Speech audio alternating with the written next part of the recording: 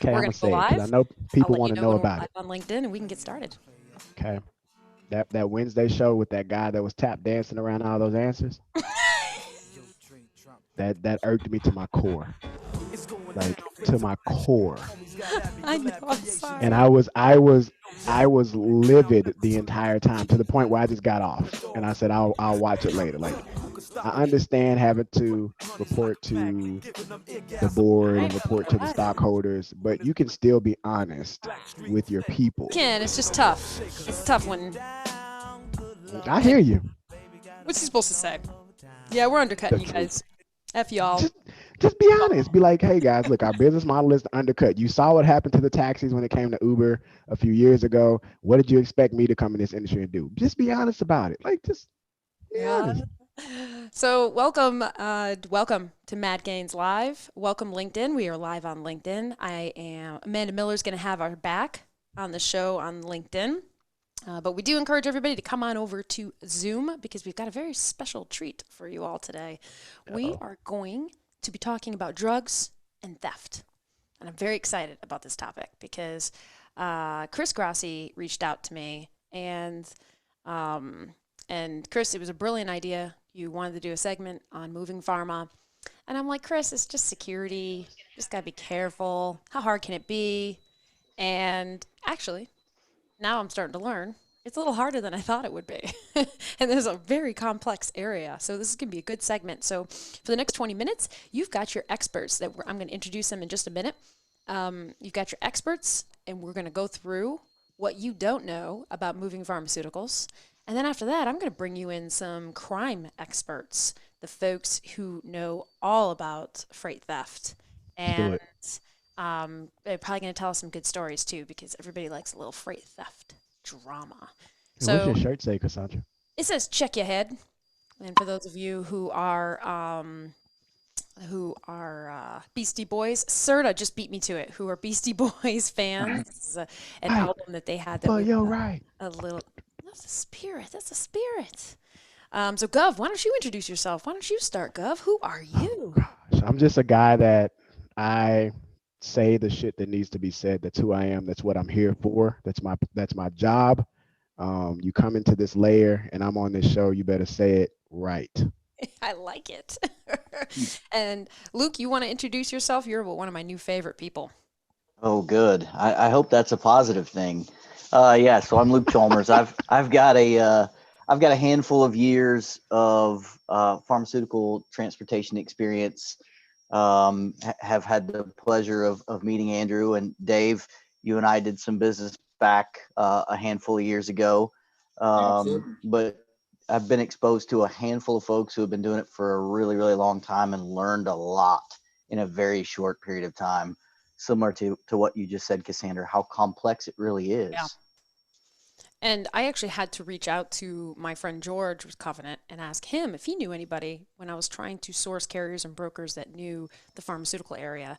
And it was pretty hard. And then Luke popped up and he started kind of pointing me in different directions. And then he pointed me toward Andrew. Andrew, will you introduce yourself? Sure. So my name's Andrew Boyle, and I have a carrier perspective. So I'm just a trucker. I'm not a fancy pharmaceutical guy like some of our other panelists today. Oh, Yeah. But yeah, Oh, I absolutely. heard that I undertone. like it. yeah, so most of what my company does is transport support life science organizations. So for the last 12 or 14 years, that vertical is the one I've addressed, and been in the trucking industry since birth. So it's a fun, dynamic industry, and it's pretty cool because 8 million Americans work in a trucking related field. hmm So it's a vast, very diverse and fragmented industry. So it's very inspiring to be a part of it. And where are you located? I am headquartered in suburban Boston. We operate nationwide, but I do have a bias toward Boston sports team. So I understand that's not necessarily popular nationwide. Go ahead Where and is give this crack accent? in the. Where's the accent? Cockies, huh? In Where's the the car. accent? I'm trying to enunciate because people like Dave and Chris don't want to hear that accent. It's off-putting, I learned. You got that Andrew, right. I'm with you, man. I'm with you. I got a country accent and I try to hide it, but the moment I get turned up, it's just like, Yep. country boy. And usually we wait until JD's had a little wine from his Boda box, and then we I'm waiting really for will Boda hear to the sponsor Southern. me. Boda should sponsor you. David, tell us who are you? Who am I? God, since I got locked out of Zoom because of some security purposes, we'll have to check on that later. But now I've been probably more than a handful of years in transportation. Certainly starting right out of college with an LTL company, and then moving to a big parcel company for 16 some odd years, and then jumping to the other side for the last 8 years. So been around the block, seen a lot, and certainly looking forward to adding some of the conversation that's going to happen today. So Where are you located? I am located in Greensboro, North Carolina. What? That's my city. Sorry. There you go. I live in High Point. That's why I wanted to go with High Point first. But no, our DC is in Greensboro, North Carolina. I used to be in furniture, so we were out there at High Point at the marketplace all the time, man. Oh, all yeah. the time. Okay, Yeah, so JD or David, which one's better? Greenville, North Carolina, or Greenville, South Carolina? That's a good question. I've never been in Greenville, South Carolina. Oh, poor Greenville. It's beautiful. I think I've only been to North Carolina too. I've never been to Greenville, South Carolina.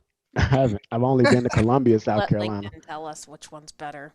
because that's where Diesel Laptops is. Guys, it's a cute downtown area. And then last but definitely not least, this was his idea. He's the founder of this show, which is Chris Grassi. Welcome, Chris. Will you introduce yourself?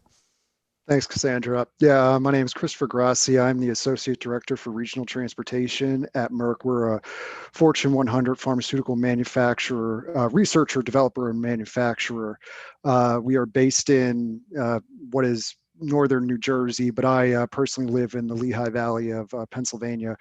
I've been in transportation for almost 7 years now, since I spent an unbelievably long amount of time at Penn State.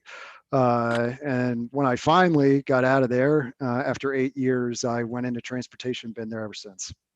Nice. And there are a lot of wrestlers in Lehigh. Lehigh, is it Lehigh? Lehigh Valley. Mm-hmm. Yes, the Lehigh Valley. Yeah. So we do produce an extraordinary amount of wrestlers. Pennsylvania is one of the best states in the country for wrestling, period. Mm-hmm. And I went to Cornell, so there's a lot of, which now Andrew Teal is going to start making fun of me, which Kyle Dake. Yes. Big, yeah.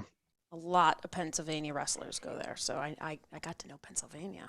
Intense. So Chris, where do you think we should start on the show? Should we start with the absolute basics, like what is the difference between running your freight versus someone who runs just general dry van goods? Sure.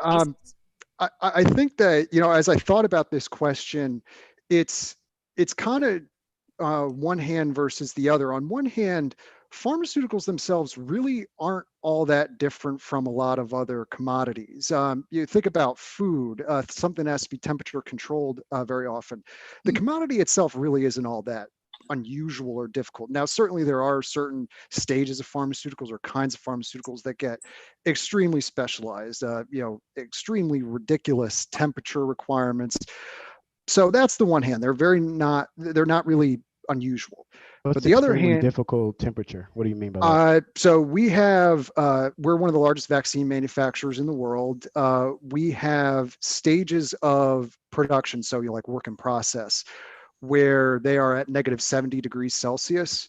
And the way that we transport them from place to place, because you actually can't use dry ice. I mean, I can get a whole discussion about why you can't use dry ice for the particular application, but basically what we have is liquid nitrogen tank on wheels. And we run that all up and down the East Coast in between facilities. So we just have this gigantic LN truck to keep these stages of vaccines cold. And you got to think too, when you go and you get blood to a facility, that blood moves. And some of that stuff does move in a truckload application. Oh, wow. It's typically a negative 30 degrees Celsius application. And there are carriers out there that have double reefers on their trailers for the purposes of that. It's a very, very complex aspect, not only for the shipper, but also the driver. The driver does a tremendous amount of work and has a tremendous amount of responsibility in quality control and security. And Yeah. so, Andrew, tell us about that. What do you have? How much training does your drivers have to go through, and how intense is this area of freight? Like, if I move flatbed, can I just move your freight? Is it really that big of a deal?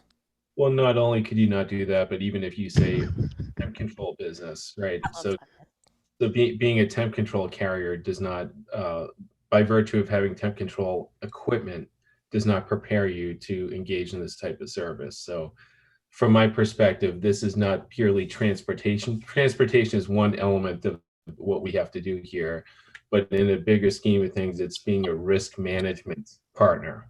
So there's a massive amount of risk. Just think of the downside to poor performance, right? It's not purely an overage, a shortage, a damage. This is, could have adverse consequences for a patient.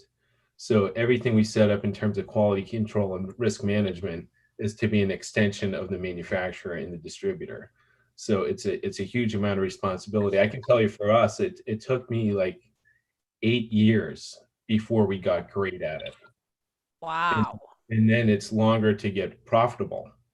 So it's a massive investment. It's not purely equipment, and then it's also all the processes and protocols around it, and very extensive training. But you have to have the right people, and the painstaking attention to detail that's required, but both by management and all professional drivers is very extensive, and you have to embrace that challenge. So yeah, I probably less or so. I think Dave and Chris would agree for over-the-counter products, consumer products is not quite as extensive, but for the work that we do with folks like these guys, is very, very extensive. So it was not profitable for a long time. It's not necessarily wildly profitable now, but it's a significant amount of responsibility and one that you have to be ready for. David, what is your freight like? Is it similar to Christopher's? No, we really don't have that low of a temperature range when it comes to those particular pharmaceuticals. More single oral dose. We do have some insulin. We do have some injectables, which is your biosimilars and those types of products. But I kind of have to disagree with Chris when it comes down to pharmaceuticals is no different other than the vaccines and stuff like that. Yeah, I understand that. That's a whole complex side of things. But when it comes down to pharmaceuticals, I kind of have to disagree because it's just not like any other freight. If someone's steel gets stolen and it's put into a building and it's erected, you have your consequences there. But you know what? When a trailer load of my drug gets stolen and someone ODs on the street and that name is on that product from that stolen drug, that you want to take a company down, that's what's going to happen. So this was the other side. The same side. aspect occurs when you're a carrier as well. You have a theft or two, it spreads like wildfire across the pharmaceutical shipper network. Yeah, absolutely. So this was the other hand that I was saying. I said it was a two-hand thing. On the one hand, in my opinion, the actual commodity, the transportation of the commodity is not that unusual. But the other hand of that is the environment around the material. And David, I think that's what you were getting to is from my perspective, when I'm talking to a transportation provider, I'm generally confident that they will be able to physically carry the product from one place to another. I don't think that that's particularly difficult. But the regulatory environment in which we operate as pharmaceutical manufacturers, and of course, then there are also distributors and wholesalers, all these other firms, is one of the most intensely, heavily regulated environments that you can find in any industry. And that environment in which we operate leads us to request some very psychotic and weird things of a lot of carriers. And I think that's where you find carriers who think, oh yeah, I can transport pharmaceuticals. It's like, you really can't, because you are in no way, shape, or form prepared to deal with the regulatory environment that we're in. And What that's is where a that carrier environment, like, Christopher? well, that's actually something I would ping pong that over to Andrew, because they are one of the carriers in this industry who are phenomenal at this. They understand what they have to do to meet the psychotic environment that we are in as manufacturers. Okay. Embrace the psychosis, right? Yes. The neurosis. Yes. So certainly the regulatory requirements that the developers and manufacturers fall under, and the distributors for that matter, flow down to us. So we undergo quality audits on a regularly scheduled basis, typically every couple of years. An army of quality control engineers will descend upon our headquarters from each of those clients, and they'll spend a day or two going through an exhaustive review of all our documentation. So, for example, a temp control trailer, we spend about $10,000 a year proving the efficacy of the temperature performance in a documented fashion with established protocols to furnish to the client and to the regulatory bodies when they're under the gun. So that it's a continual $10,000 a year type of investment to maintain those types of specifications. So it's very extensive, a huge commitment investment, much beyond even systems, visibility, and training. So and yeah. when you say regulatory body, you're actually not even talking about the DOT. You've got the FMC. Not the FMC either. The whole FDA, Yeah, thank you. DEA. So exactly. Just to give a quick example, and Luke can attest to it too, but probably I want to say 8 years ago, one of our big clients, which is one of the largest drug makers in the world, suffered a recall. So then they sent us around the country to dialysis centers to pick up small coolers of a diabetes drug to transport it back to Chicago for analysis by the FDA and the client. And they needed documentation for each vehicle to ensure that it was being brought back in a validated state. But when the chips are down like that, it proves the methodology and the investment. Yes. And so you've got the FMCSA, you've got the DOT, you've got the FDA, you've got the DEA. Yeah. DEA.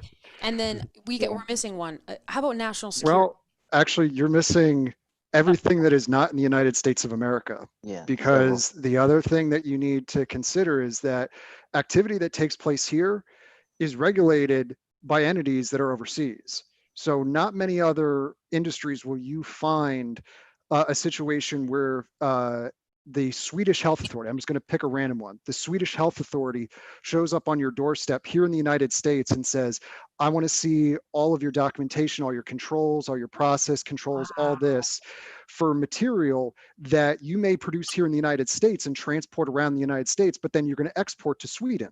So we are under the regulatory banner for every health authority in the world, and they will come here to the US and ask to audit, well, or not even ask, I mean, they'll just show up unannounced, and they're allowed to audit our procedures for things that are taking place here in the US. Who's funding this, Christopher? Who's backing this? Because this Andrew just said it's a lot of money to get into. It's not really profitable for a couple of years.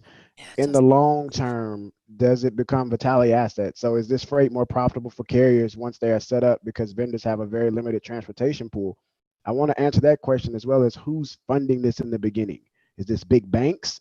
Are these big billionaires? Who's starting up these carriers that are specialized to carry the drugs? Well, many other segments of trucking, right? There, the capex associated, for example, with tankers, right? So if you want to haul LNG or even petroleum, for that matter, each tanker trailer could be worth $300,000 to $500,000, right? So there are different capital expenditures associated with different segments of the industry. I mean, so how that's financed is kind of an independent pursuit. But if I could just elaborate, so to show the distinction in the vast segmentation within pharmaceutical shippers, So Chris works primarily with, with vaccines and other branded drugs, whereas most of Dave's company is involved in generics. So the dynamics from our perspective for the branded drug maker, the quality control is massive, and that investment is what matters a lot to them. From Dave, we would look at a shipper like Dave and think the operational performance is of greater consequence for them, because if they don't, when they cut deals with the distributors, their customers, if they don't fulfill the order on time, and if the carrier doesn't deliver on time, then they get charged back, right? And then they have to pay for it to be sourced from another So manufacturer. is this escorted, Andrew? Are these escorted loads? No, we have dozens of security protocols that I won't get into in this Of forum. course. Of It's course. quite expensive. So most of my company's 49-year history has been in the defense world. So in the with the U.S. military and classified defense contractors. But Dave, would you say that operational performance is? Yes, absolutely. And JD, that would be handled by teams. So there would be a team of drivers, which we do not allow. You've got a couple of security folks who are going to dive in and tell us too. So I can't wait for that. Oh yeah. Yeah, and you're right. You're right on with that, Andrew. I mean, first to market for us, when drugs come off a patent, and we being the generic side of manufacturing, the drugs come off the market and come off patent. First to market is so important to us, because that's where the margins are. Andrew, would you agree that the shippers, every one of them's QA department is similar but so different in a number of aspects? So JD, you talk about who's funding this to create new carriers and so forth. So a generic company has a different protocol oftentimes, and carriers in the marketplace can somewhat cut their teeth depending on those internal QA and security protocols. They're not all created equal across all pharmaceutical shippers from my experience. I see what you're saying. So, okay, so let me back up a little bit, because JD does bring up a good point. It sounds like this area of transportation does require a lot of money up front. I imagine that Andrew's going to say that a lot of his trucks have and trailers. Whose trailers are they, by the way? Are they yours, Andrew, that you're using, or are you using your shippers? So we're an asset-based carrier. We have all company equipment and company employee professional drivers. So, I mean, yeah, to attest to the financial strain sometimes, then before doing business with people like Chris and Dave, I had a full head of hair. I imagine you have to have GPS, and you have to know where your truck is at all times. But if it breaks down, that's what I'm concerned about, Cassandra. I'm a maintenance guy. If your truck breaks down, other carriers are like, it broke down. What do you do when you hear that one of your high value loads of drugs has broken down in the middle of a metropolitan area or country city? What's going through your head? What are the protocols on that? Are you calling out the Army, the state troopers? What are you doing? Me? Yes. You or Luke, since Luke probably has a lot of experience in this too.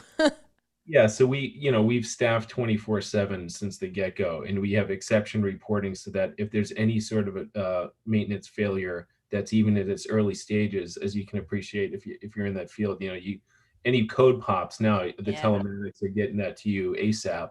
So then you're 3 steps ahead of where you used to be when you used to try to show up at a maintenance facility and fault trace once you're there. Correct. So yeah, it's fair to say that when you have life-saving medicine on board, we have a very tight flow chart and protocol to follow. And the exception reporting gives us the information before it's too late, as opposed to waiting till destination and finding out, boy, that shipment spoiled, like it would with poultry or something like that. That failure is not an option. Hey, JD, I'll add to that. I mean, not only does the carriers have GPS units on the tractors and the trailers, but we're covertly putting GPS devices within our product as well. Beautiful. And yeah, so with our security, we have an in-house security team. And let me tell you, when that truck stopped more than 30 minutes, our security is calling dispatch on that carrier to basically say, what is going on? What are you doing? And if it's a breakdown situation on the side of the road, we are absolutely dispatching state police along with our own security to get there to at least be alongside the load itself. That's what I wanted to hear. Thank you. Yeah. With this freight, so I did a little, I felt in what a shipper would feel like or a broker would feel like, and I tried to look around for a broker or carrier who actually ran this freight. And I have a ton of friends in the industry. It was hard to find carriers that could run this freight. One thing I did notice, though, is there weren't really any brokers. But here's my question to my two shippers, David and Christopher. Do you use brokers at all? Because when I've worked for some brokers in the past, and I've also had clients, and they have run pharmaceuticals before. It was almost like spot. It was dabbling. It was weird. And I remember I had to flag it. I ran for search terms in the TMS, and then I would get reports as their in-house counsel, and I'd immediately intercept when we were running pharmaceuticals because most insurance companies don't even cover it, and it's high value and targeted for theft. But do you guys have dedicated carriers, dedicated brokers? And is it easy to source? Do you use load boards, or is this like, oh, hell no, you got to be really careful? No, Cassandra, we on my end, we do not use brokerage firms at all. Just because of the security of this particular load and just making sure that we're selecting the right carriers. Yeah, that would make sense. Christopher? So for the exact and you can speak in general. You don't have to. You can just. You don't have to talk about your company. No, so we Merck is a little bit different than some of our peer companies, and when I say peer, so like the other major patent protected pharmaceutical companies, to distinguish them from like David, who's more in the generic space. Merck is a little bit weird because we do consider ourselves the premier research and development manufacturer of pharmaceuticals. That's where all the money goes. So that means that I have. Yeah, so I've got no personnel. We don't allocate resources really that much to the transportation space. So we just don't have the ability. Shippers, what the hell? So we just don't have the resources to manage many vendors. So that leaves me being a single broker company. I have one broker. They happen to be probably the premier broker when it comes to pharmaceuticals. They're Kuehne+Nagel. They are a global transportation company, and they have dedicated countless resources to the pharmaceutical space. So they are our only vendor for over-the-road transportation in the U.S. because I just don't have the resources to manage more than one vendor. And so, okay, Luke, question for you, because I have personally seen pharmaceutical companies use load boards and use brokers for pharmaceuticals. Either that, or they've given it to a carrier or to a broker, and they've turned around and brokered it, and the pharmaceutical company just doesn't know. So what has been your experience in this space? Is that just a simple anomaly, or are they just or each shipper very, very different from each pharmaceutical company? Each shipper is a little different, but remember, there are shippers who use and Andrew and Chris and Dave can help me, but totes and things that ship 2 to 8 product. So just because it's a pharmaceutical company utilizing a brokerage doesn't mean that it's a $50 million pharmaceutical load on that trailer. Okay. It could be return totes going back to a distribution facility for the next round of shipments that are coming out.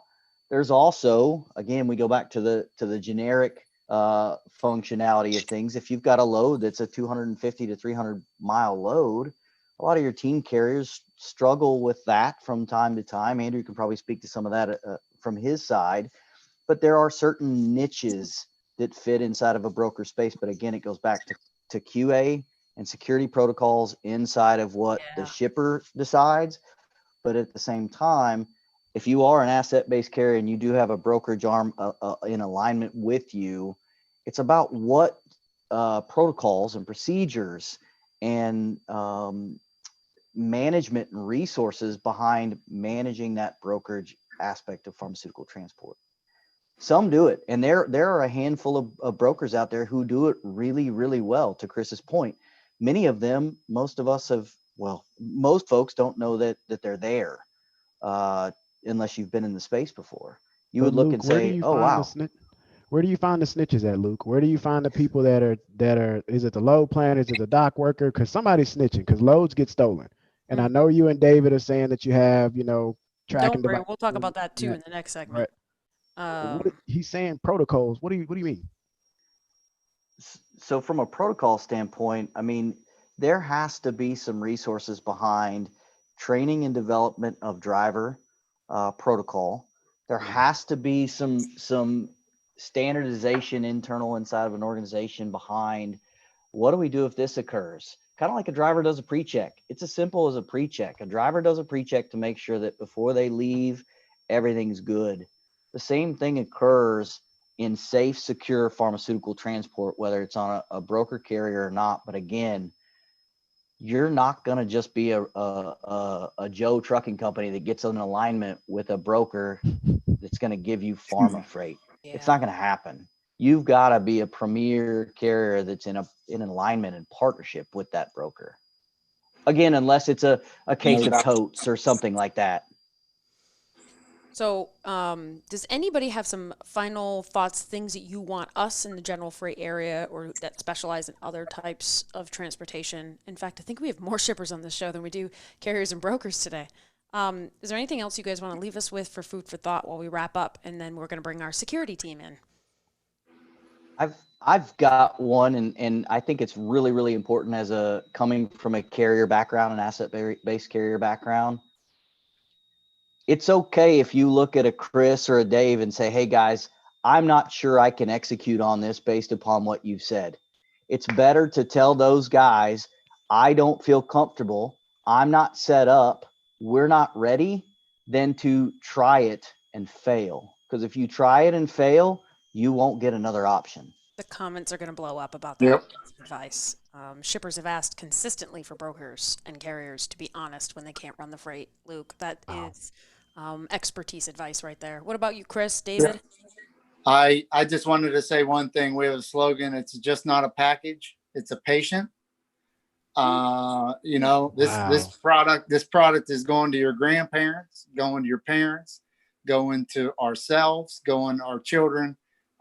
We need to keep the integrity, and we need to use the right carriers to handle that product for us. Damn, that was good advice, Chris.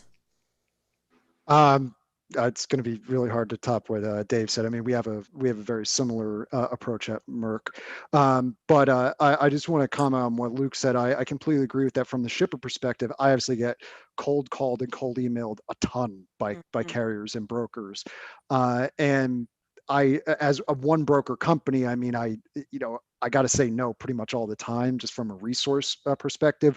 But I do like to have the conversation, like to understand people's capabilities. And what I do find is that a lot of companies really just, the way we started out this conversation, don't understand how difficult this environment is, and they just think, oh yeah, I can just immediately start doing this. I do work for XYZ FMCG company. It's like not the same. So I think that for carriers, my advice would be really to network and try to understand what those requirements are before you go approach a big pharmaceutical shipper and say, I want to haul your freight. If you understand the commodity better, then we're more likely to listen to you and want to work with you. Totally agree. Good comment, Chris. Yeah. Andrew, you're going to become one of the most famous carriers now in our industry, I can tell. Yeah, well, just with respect he already is. Oh, don't beef him up anymore, David. Jeez. Throw the towel in his office. You owe me a beer. You owe me a beer for that, Andrew. So yeah, to specifically address your question, I would say that the most logical thing for people to understand is the cargo liability. Mm-hmm. Right. So the normal economics don't apply. As a carrier, you're exposed for hundreds of thousands of dollars in cargo liability, if not in some cases millions. Yep. And so the value of the product on board is generally in the millions. Right. So if you think that the normal insurance often doesn't cover it. Go ahead. Sorry to interrupt, Aaron. Andrew. Jesus. Exactly. Yeah. So you're thinking risk management, not purely pricing cargo as if it's comparable to other segments of the industry. So the economics are completely different. And then what I'd like to just say as a kind of pertains to trucking and transportation writ all in the current dynamic, it's hard for me to not get a little bit emotional about it, but what we've done as an industry and all participants for the last 3 months has been absolutely inspiring. And I think I mentioned to you, Cassandra, I have the honor of serving as vice chair of the American Trucking Associations. And a little silver lining is that truck drivers in particular have been acknowledged for the role that they serve in the nation's economy.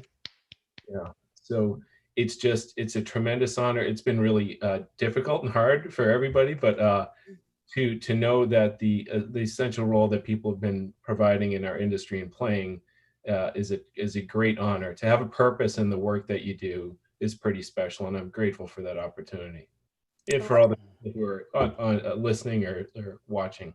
I love those points. They annoy me a little bit because that means everybody's going to love you too. That's what they're saying right now. This man has passion. This fellow seems very well spoken and clearly loves what he does. You guys had to have heard JD has been licking his chops for security. Yes. He's already had his eye on that, which I have a feeling has a lot to do with money too. Yes. It makes this freight run more expensive. And you hit it on the head, JD, when you said that there's so much upfront cost for these carriers. And I think theft and security plays into that is huge. So we have two amazing people with us. Okay, I got lucky with Chuck. A bunch of people told me to go talk to Chuck about this segment, and that he is the expert in this area. I'm super excited. Chuck, could you introduce yourself and welcome? Thanks. My name is Chuck Forsaith. I work for the Healthcare Distribution Alliance. I run what's called the Pharmaceutical Cargo Security Coalition. It's a group of shippers, manufacturers, wholesalers, retailers. It's about 2,000 strong. It's been going since 2006. Some of the fellows that you had on the previous sequence I know very well. I was one of the individuals that brought Andrew Boyle and Boyle Transportation into our industry because at the time we really thought that they were a good group to tie our wagon to. So you're saying that we shouldn't love Andrew. We should love you instead. No, not necessarily. No. I've been doing this now for about 17 years. And I've had a chance to experience a lot of the things, again, that you talked about in that past sequence, and I can elaborate on some of those as we move on. I love it. And then we have someone very unique to Madtropolis, which Madtropolis is going to love, which is Joel. Hold on, let me pop Joel. Joel, we got another Andy. All right, Joel, can you hear me okay? Okay, great. Perfect. Oh, maybe we can't hear him. Give me 1 second. I have a feeling that Joel... Say something, Joel. Okay. How about now? Perfect. Perfect. Good. Okay, Joel, could you introduce yourself to the group? Sure. My name is Joel Voyles. I'm the owner of Investigation Services Company, LLC. We were founded in June of 2003. So my background was law enforcement, and I've been running this company since. We do a lot of trademark and patent investigations, and it kind of worked itself into cargo. Some of the same people that we work for anti-counterfeit measures will have issues with cargo, and we'll help them with that. I love it. So Joel, there's history with Joel and I. Okay, good history though, you guys. It's not bad. Yes. It's so Joel has been with me my entire career as a lawyer in the trucking industry. Joel. It's a good thing. A lot of my success is tied on who can help me, boots on the ground when we have emergency situations. Having a stolen shipment is an emergency situation, along with fraud. Joel's based out of Texas. He is my go-to when I or my clients have a problem. He knows where JD lives. He knows all JD's family now. I've had him drive by JD's house. No, I'm making all this up. So for those of you who ever have issues in Texas, Joel is your person that can help you. And we can talk about this a little bit later.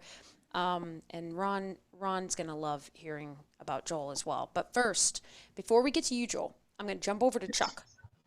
And Chuck, you heard the presentation. You are a specialist in this area of transporting pharmaceuticals and cargo security.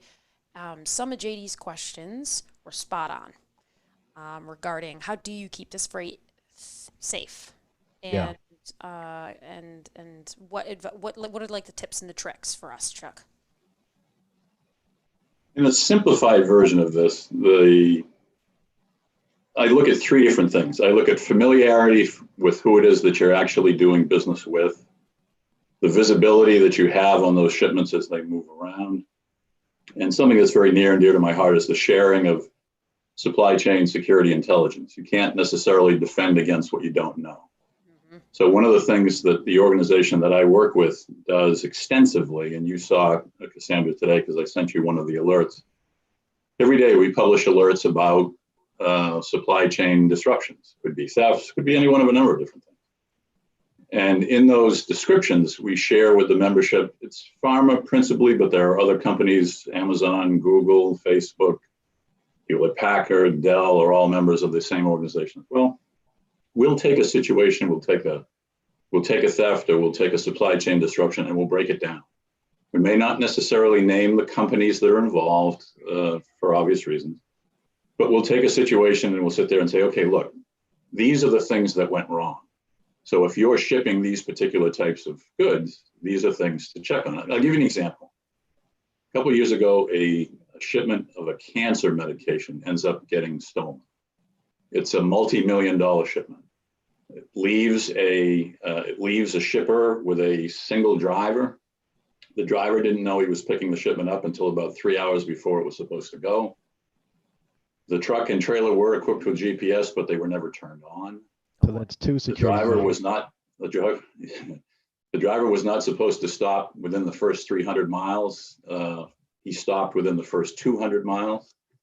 He left the vehicle when he stopped at the truck stop to go in and use the facilities. When he did, he left his keys in the ignition.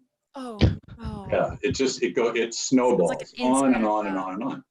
So JD, Sandra, what we end up doing is we take something like that and we take each and every one of those things that went wrong, and we lay that out and we say, look, if you're moving high risk, high value, if you're moving any commodity, but particularly high risk, high value, look at these things that went wrong, go back to the people that you're doing business with and make sure that that isn't going to happen to you by becoming extremely familiar with what it is, the people that it is that you're doing business with.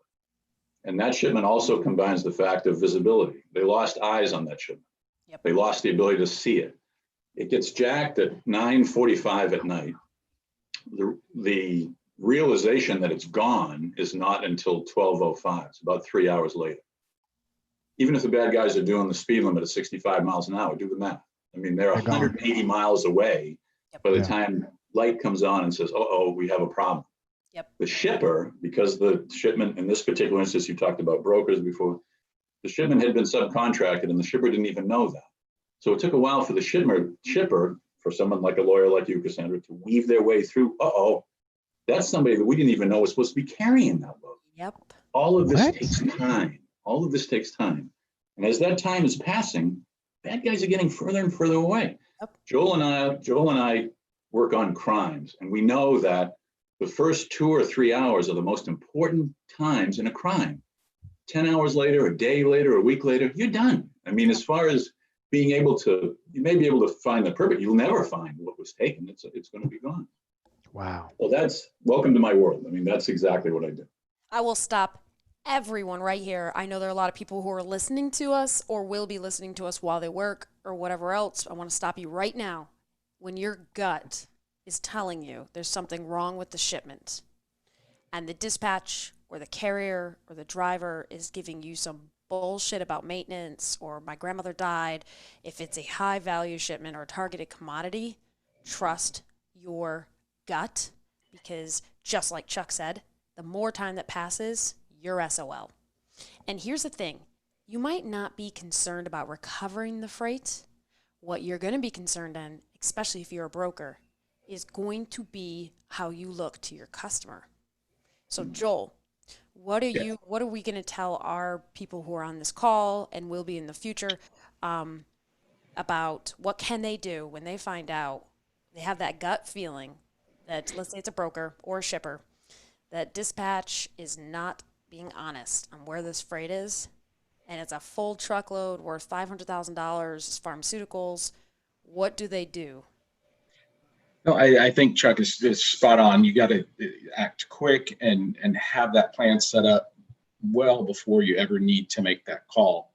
But it's truly boots on the ground. I think if you have people in different areas that will move when you call, that's almost what you have to have. You can say, hey, this load supposedly is it.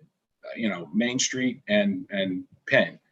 I want to see that load. I want, and put a body out there. And it's unfortunate that depending on the situation, it may not be something the police department is going to be able to react to. If you got that gut feeling, you need to know, that's the best thing. If you can have that person there, and then it goes back to that preparation. For sure. And what I have Joel do, and we have done in the past, and others, I have a network of PIs that I love and that I use frequently, as when I have that gut feeling about a shipment, and JD, my client, calls me and they're like, hey, it's been 4 hours, but this shipment's worth $4 million. I'm like, just call my PI. Here he or she is. They'll go run down to the last known location. They'll go check, they'll call the cell phone, they know what to do. But what happens is that, yeah, you might piss some money away if nothing's wrong, and the driver just got drunk last night and is not driving and hung over and just staying somewhere. Or if it's theft, you might not be able to recover it, but you moved really fast. And what Joel does is he creates a report of his exact steps every single step of the way. Everybody he talked to, he has pictures. It's a very professional looking report. So when you have to go back to your shipper and you have to tell them that a $4 million shipment got stolen, you don't look like an asshole. You're still going to look like an asshole, but you look a little bit better because you have a report you can slide across and say, here's what we did. And that is what differentiates you from other people. But Cassandra, I think any executive would do that. Like, I think any executive, Cassandra, hold on, what I mean is, any executive would rather you spend money for precaution than to spend money on the back end. Yeah, I know in my company, pay anything, so it's like, you're eating that money. I'm gonna eat it. Yeah, I'd rather eat that to know that it's okay than for you to come to me several times throughout the year and say, my bad. Now we're spending $100,000 when you could have just spent $9,000 on a PI or whatever the cost may be. Just to add a note, if you have your network set up of your PIs, it's not going to be that expensive. Negotiate your rate. Get good people. The big key is the interview skills. Anybody can go, to the corner and see if the truck is there. Yeah. But when it's not there, or you have, you're getting different stories, that's when you need somebody that really knows how to interview a person and get the truth. Yep. Let's go back to Chuck. Go ahead, Chuck. I'm sorry. Yeah, to get a little bit further on that, what's going to help you as far as timing goes, if something was to go awry, is the technology that's added to these shipments. And we talked about that in the first section, the GPS aspect of it. Setting up as many walls or parameters that if these are being broken, if these languish, if something goes wrong here, that gets the message to JD that, okay, something's happening with my shipment. He's not going to get a call 2 hours later or 3 hours later. He's going to have it. And the technology today is modern enough to actually push those alerts to you on your phone. Hey, wow, driver's been sitting now for 20 minutes in a place that you don't want him to sit. Or he's now headed off track. He's outside of the geofence. Maybe he's got a hugger someplace or something like that, but he's going someplace where he's not supposed to. Those are the types of things that give you that early warning setup so that you can act.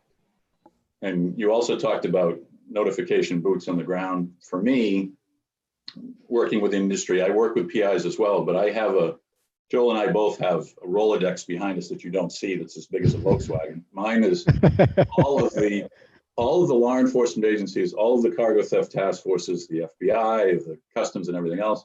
So when I get a call, I light that right up. And these are guys that even when nothing's happening, even when there's no thefts going on, I'm on the phone with and chatting with them. Hey, how's your wife? How's it going? I need to keep these guys as friends, because when I really need them and pick up that phone at 2 o'clock in the morning or 3 o'clock in the morning, I know they're going to help me. Mm-hmm. That's a great point. That is spot on. Let's blow JD's mind for a moment. And also, our lead shipper at Metropolis is Ron Kane. He's CEO of the Noisy Supply Chain Consulting Group. He's a consultant. He's very passionate on this topic as well. So he's going to like this question, which is, Chuck, tell us about yards, truck yards. When you have a full truckload that's $4 million worth of pharmaceuticals, what should that truck yard look like? And how big of a role does that yard play in theft? Okay, well, a couple things. We encourage our members to arrange shipments so that temporary yards aren't necessary. Those types of shipments run direct, point to point. But if in fact the yard is necessary, one of the things that I'm in a project with now, and it's with an organization called TAPA, is we're trying to come up with a standard for secure parking yards here in the United States. One exists in Europe, one does not exist here in the United States now.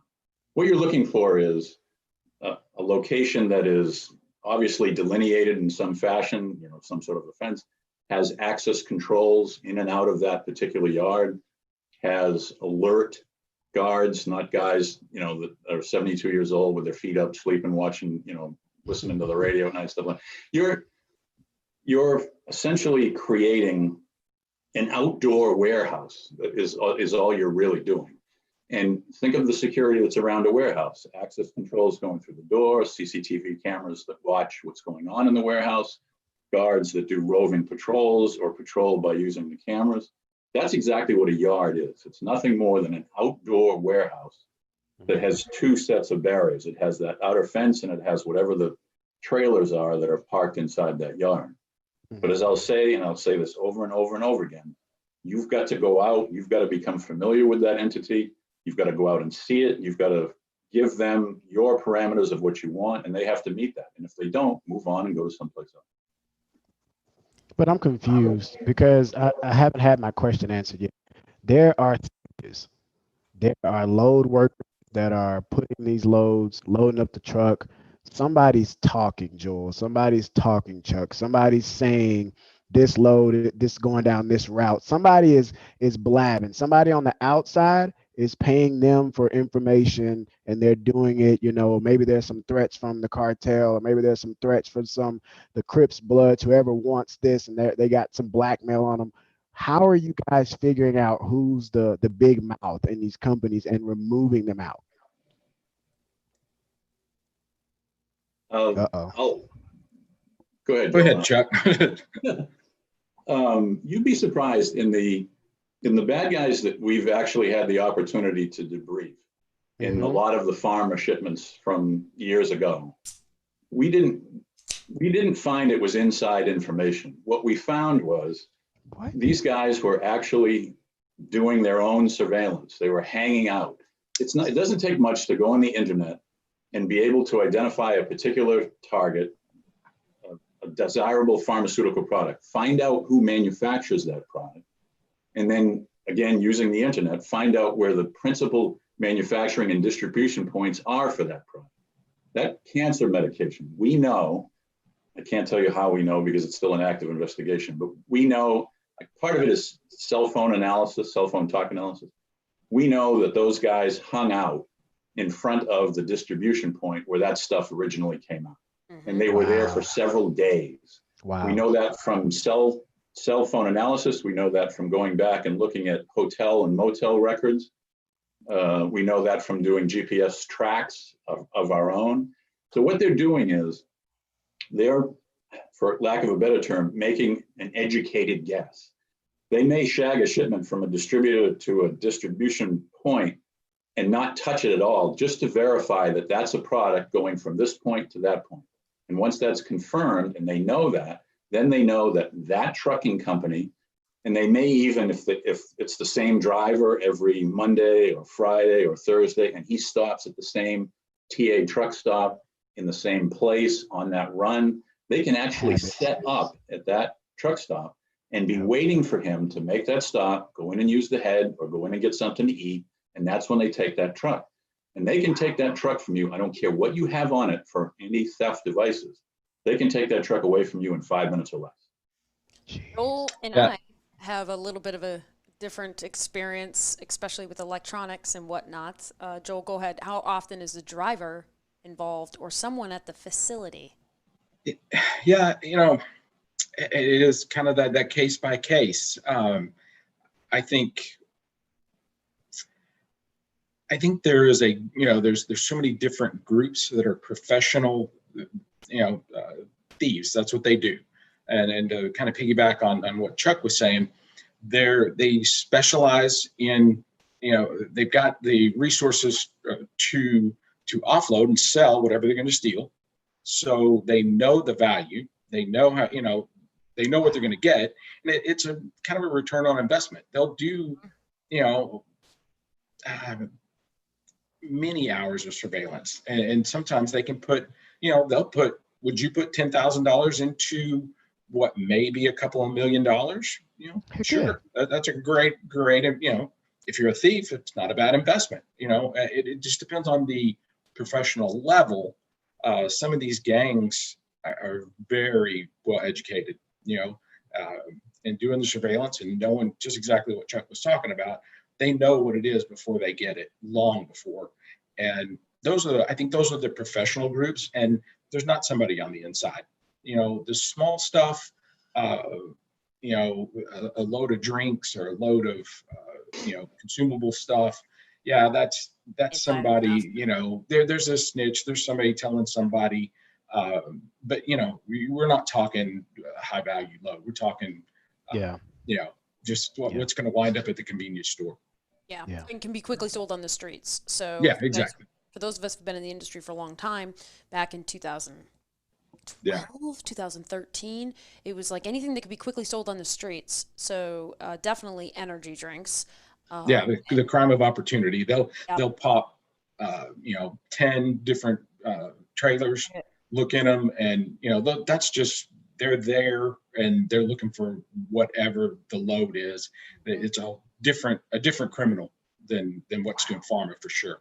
And usually on the weekend, where it's sitting in an unsecured yard, and like you said, you could pop the trailer. So we went a little bit over time, but I want to ask Chuck one more question, because I saw JD in the beginning when JD was asking a question. He was trying to count your points of security. Yeah. And I like that you were doing that. It actually reminded me, JD, that we should make sure we ask Chuck, when with pharmaceuticals, you have to tell us all your dirty secrets, but when you talk to carriers who tell you that they run pharmaceuticals, Chuck, and you're like, here's what you need to do just to make sure that it's secure. Teams, mileage, GPS. Is there anything else that I'm missing? You said no, they can't stop within the first 350 miles after pickup, right? Well, we've interviewed bad guys before, and we've learned that, or bad girls. It's not always, or bad girls. It's not always within that first 200 miles, but we know that they'll follow a load for a period of time, and if it's not going to stop, they're not going to waste their time, and they'll go back. But yeah, team drivers, GPS on the tractors and trailers, the ability to allow the technologies that are out there today not only monitor GPS devices, they monitor a lot of things on those tractors and trailers. And one of the things that technology companies are now starting to get transportation firms to buy into is access to the driver's cell phone, so that they can track the driver as well. You're tracking the tractor, the trailer, the driver, the IP address of the reefer, if there's an electronic seal in the back of that truck, the telematics on that truck. So when he leaves the dock, when he takes off, you've got a single screen and you're looking at everything in harmony. If anything goes wrong there, the temperature goes off, the driver walks away from the truck and the truck is moving. That happened 2 weeks ago. Tractor trailer unit pulls into a truck stop, driver leaves. He's using a particular type of technology that involves his phone. Driver goes to hit the head. As he's hitting the head, the truck goes away. It immediately sends a signal out to the dispatch, and the dispatch calls the driver and says, "Hey, dummy, you're not with the truck, and the truck's moving. Get out there and find out what's going on." That quick time frame allowed us to be able to get that truck back. We had that truck back in less than 2 hours. In the old days, when that type of technology connection wasn't there, we wouldn't have found that truck for days. You got to be one step ahead of the game. These guys, these bad guys, are not dumb. It's not guys walking around going, I think I'm going to take that truck.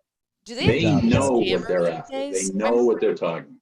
Like, I remember in 2013 and 14, GPS jammers were a big deal. Are they still a big deal? Are they used, or do you know right away when? Not here in the U.S. as much as you would think. Jammers are used in foreign countries, Mexico, Brazil, places like that. And the technology that's out there today that we use in the U.S., if a jammer is being used, because there's so many different frequencies involved, you'll be able to see that.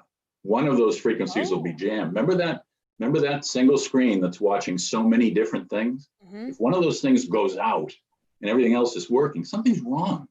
And that would tell you that someone's trying to interfere with the track of that particular shipment.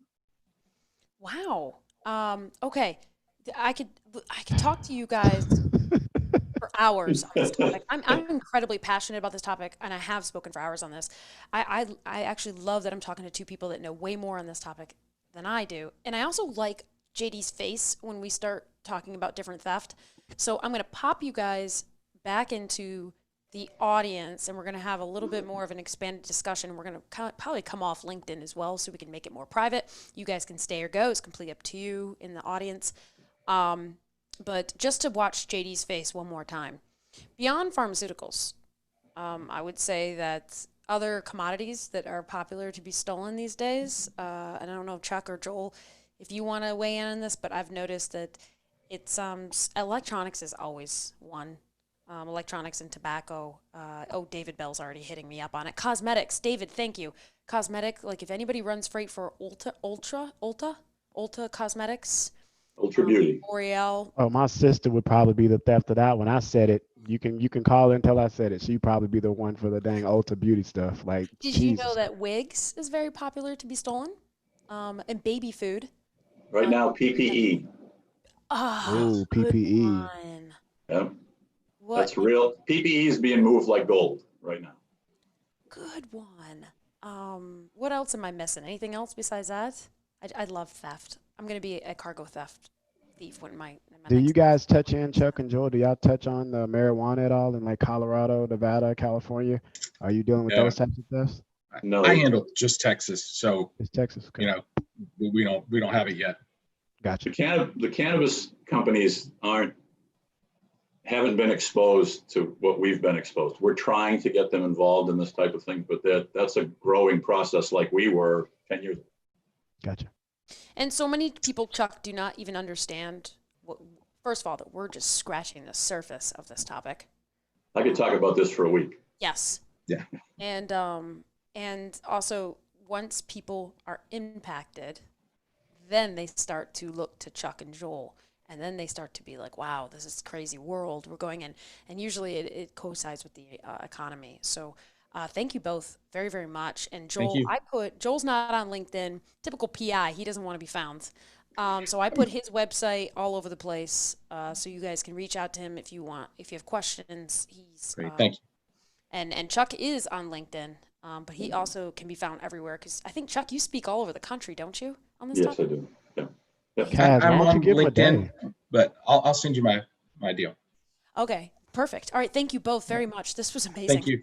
Let me pop you guys back into. What about a day, Cassandra? I'm thinking that you got a few days where you could do a day with theft day. You could do a day with security day. Do you say stuff like this to me just to make me happy and smile? And I those think of the you, by the people way, love who it. are on LinkedIn, come on over to Zoom. Amanda Miller or Chris Chris Jolly will leave the link for you guys because we like to have more of a secluded discussion.